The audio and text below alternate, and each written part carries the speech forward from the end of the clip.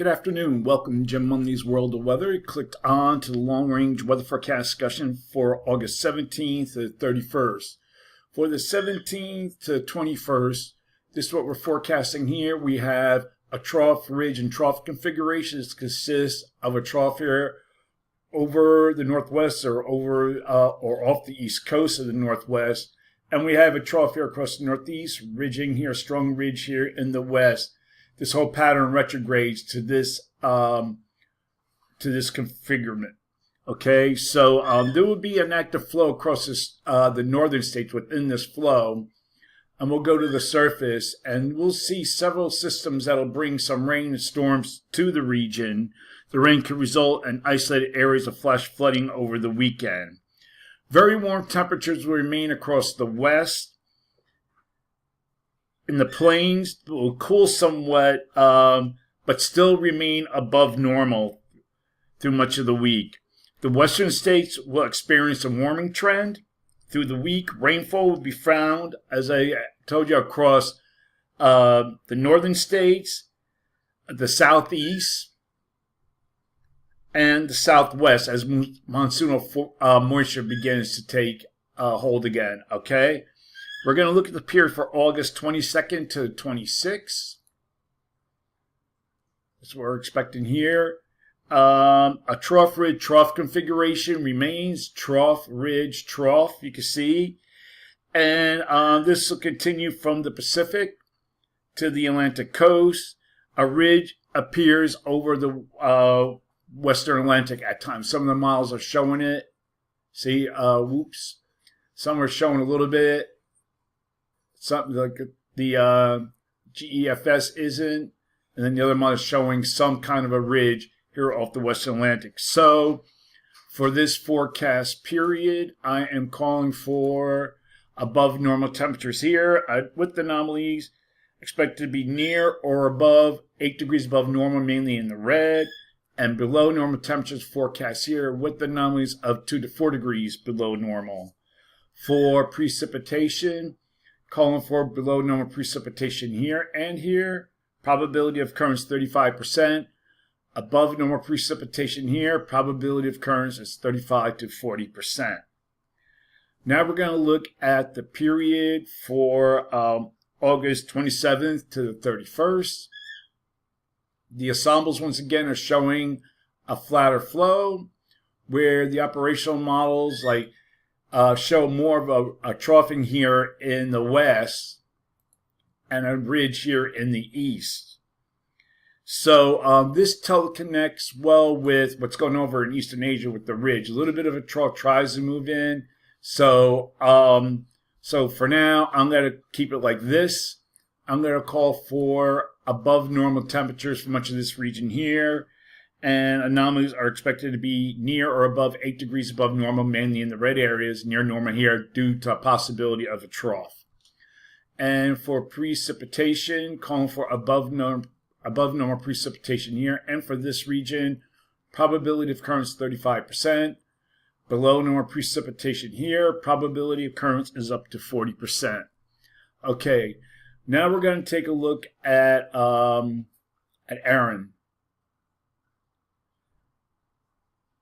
And we're going to look at it in a second. Where's my...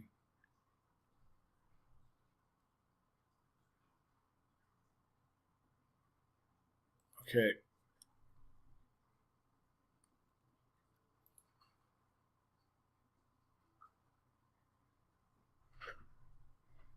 This is as of 11 a.m. So this might be a little old. This is the current position at 16.4 north, 49.7 west. Maximum sustained winds are near 60 miles an hour now. It is beginning to strengthen, but slowly. And movement is towards the west at 17 miles an hour. Now we're going to take a look at this pattern. Now this is the National Hurricane Center display. And if we look at it here, this is the current position. Let's see if I can get, okay, here we go. Pressure is down to 998 millibars.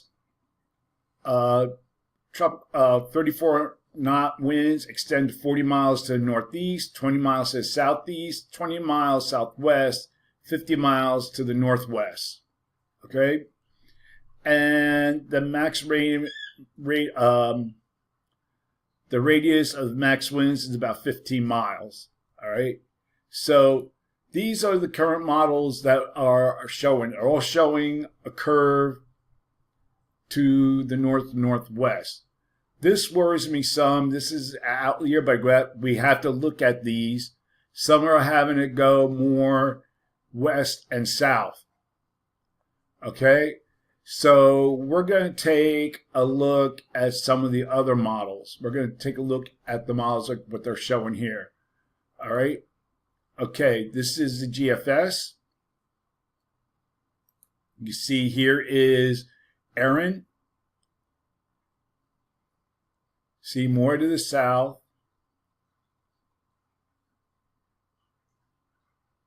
And then begins to curve it northwest. This has been consistent for the last couple of days. We'll look at the European. Here's Erin.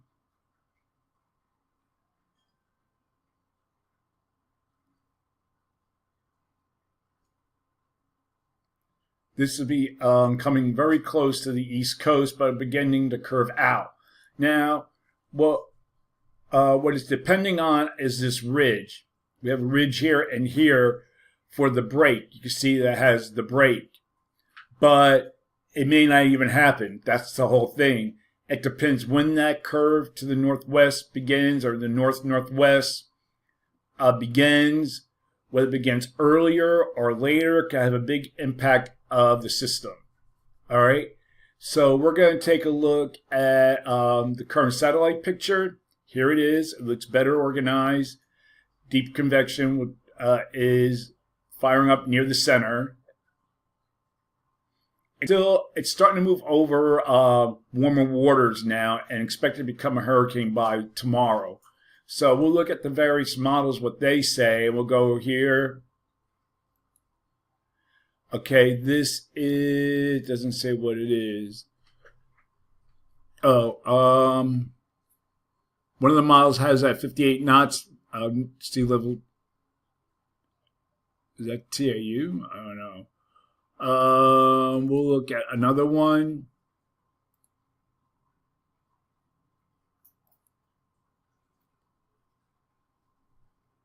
.66 knots. Oh, this is the AVNI. We'll look at this one as it gets closer to the coast. This one is the TCLP, and it has it 73 knots, a hurricane. We'll look at other ones. This is the ACCA, has it at 96 knots. That's interesting. Okay, let's see where else.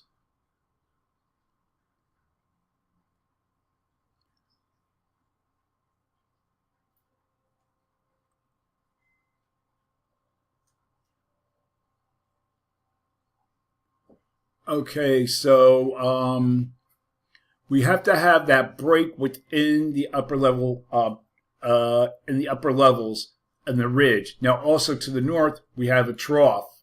Let's see if I can go back to the models here. We have a trough here to the north across this area. This has to be able to catch it. Does it catch it or not? According to the GFS, it does. We'll look at the other one. According to, that's the ensembles. According to the European, it does. Somewhat remains separate. But it depends when this begins to curve and the strength as it gets through this area. Weaker storms tend to travel further to the west before and then develop, while stronger storms tend to be more to the north. So we have to see how that goes in the next couple days. Okay, so that is a long-range weather forecast discussion for August 17th to 31st. Thanks for coming Jim Munley's World of Weather, and have a good day.